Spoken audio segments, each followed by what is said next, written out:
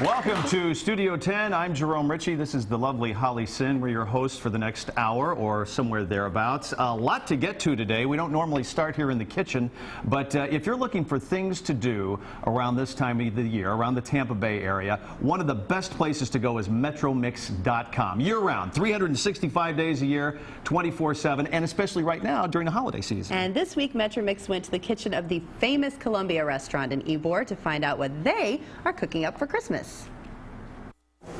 Hang up the apron, put down the rolling pin, and turn off the oven, because this holiday season we are eating out. And I'm here in Ybor in the kitchen of the famous Colombia Restaurant, getting ready to cook up one of the dishes that they will be serving on Christmas Day. And I'm standing here with the lovely Andrea Gonsmart. She's one of the owners and also an excellent chef, and she's going to show us one of the dishes that they're going to serve on Christmas.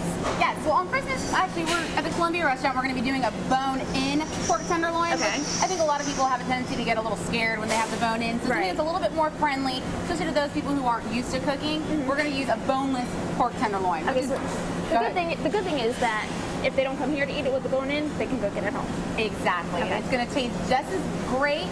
It's going to be easier, and you don't have to deal with cutting it off. I like that. Easy.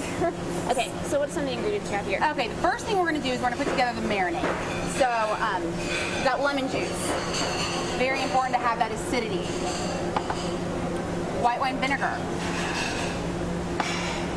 Water, which that's just going to give you more substance, Right. so that way it can coat the pork much better. That's a good amount of water to put in there, too. Yeah, it's about 2 cups.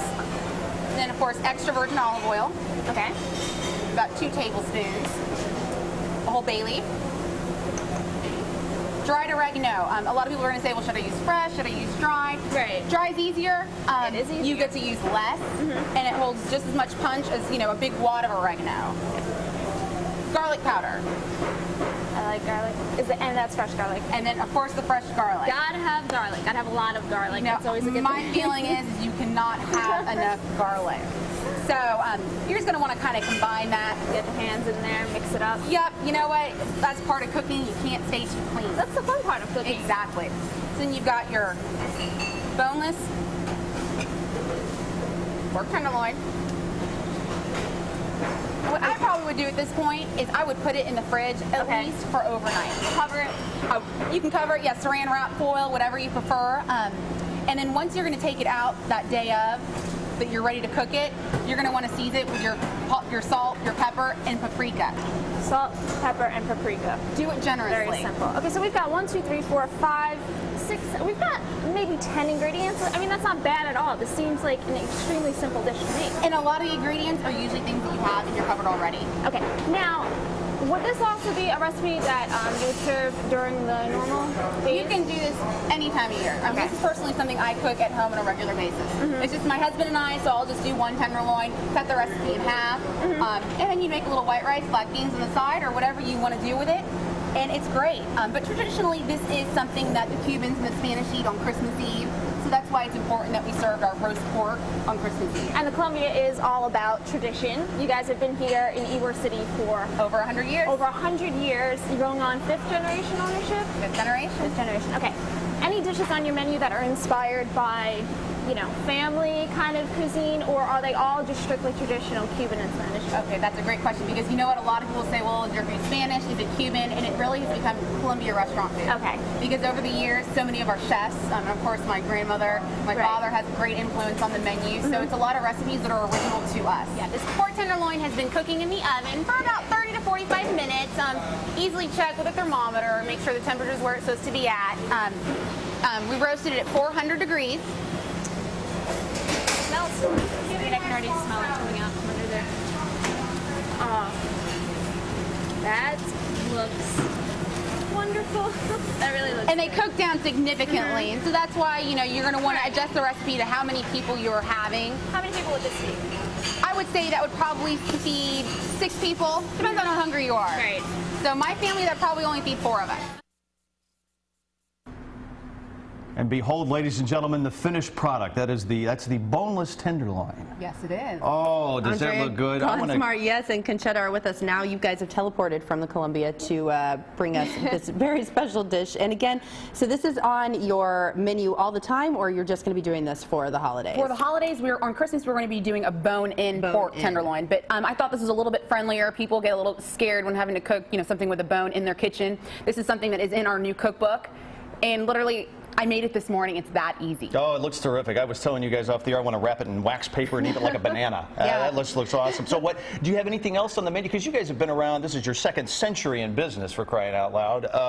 Is there anything else different you're doing for Christmas time, extended holiday hours and so forth? We're doing our regular hours. Of course, we're open 365 days a year, so we will be open for Christmas all day long.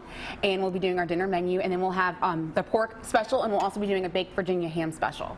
And I heard, too, that you're all decked out over there for the holidays as well. The day after Thanksgiving, we got our Christmas decorations up. That's the rule. Yeah, it looks beautiful. Tell us about this book that you brought in, because this is this is like a professionally published family album of the Gunspart family and the history of the restaurant. Tell us about this. We are very excited about our second cookbook. Oh, man. It's more than just a cookbook, because it does have the history from the Colombia Restaurant and my family from 1905 up until as current as my daughter that was born in May. She made the cut on the family tree.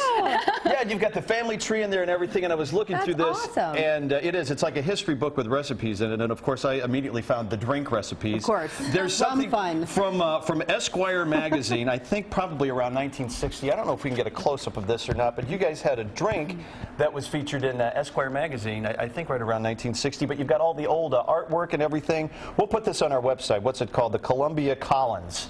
Look at that. So we'll put that up on our Facebook and fan there's a page. whole bunch of other Colombia Restaurant signature drinks, recipes in there, along with food items. Oh, very nice. And Concetta, you've been interning for Metro Mix, and Metro Mix actually has a connection to this book? One of our contributors actually wrote that book. Very cool. He's a very talented guy. And Andrea, you've also brought in the traditional side dishes as well. I see potatoes and chili. Is that correct? Yes, potatoes and chili is exactly. No, we've got the fried platanos and then the white beans, or the black beans, white rice with the diced onions on top. You messed me up there. Oh, you're not the first, and you won't be the last. But of course, is that what you suggest though, to go with the pork, or will that go with just about anything? At the restaurant, we will be serving it with moros y cristianos, which is actually the white rice with the black beans cooked together with the pork. This is easier to do at home, but you can do whatever side you want, like we said in the segment.